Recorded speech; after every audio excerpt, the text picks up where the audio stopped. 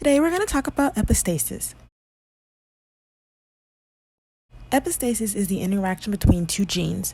One allele masks the other allele, causing the different genotypes to give the same phenotypes. In this situation, little a and little b are doing the masking and considering it epistatic. Whenever the gene interaction is not considered epistatic, we yield a 9:3 to 3:1 ratio of offspring.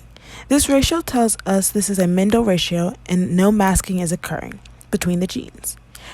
We start with two parents of homozygous dominant and a homozygous recessive. This is called a purebred cross. All children yield will be heterozygous generation or the F1 generation. We then mate the F1 generation to itself to see if there's a gene interaction. If the ratio isn't a 9:3 to 3:1, then it's a type of epistasis. Here is a chart of the different types of epistasis and ratios they yield.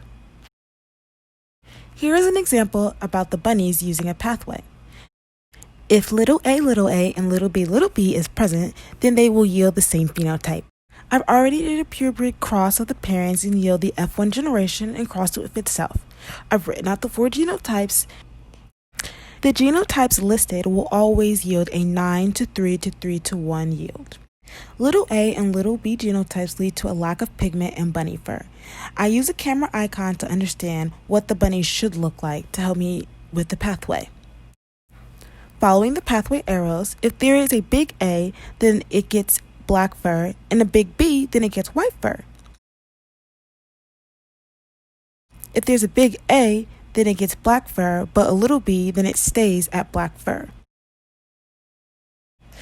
If there are little a's, then it stays with black fur.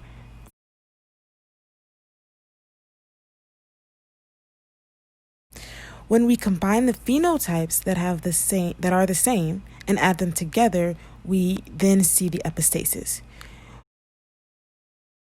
We will combine them and we see a 9:7 ratio, which shows duplicate recessive epistasis based on the table.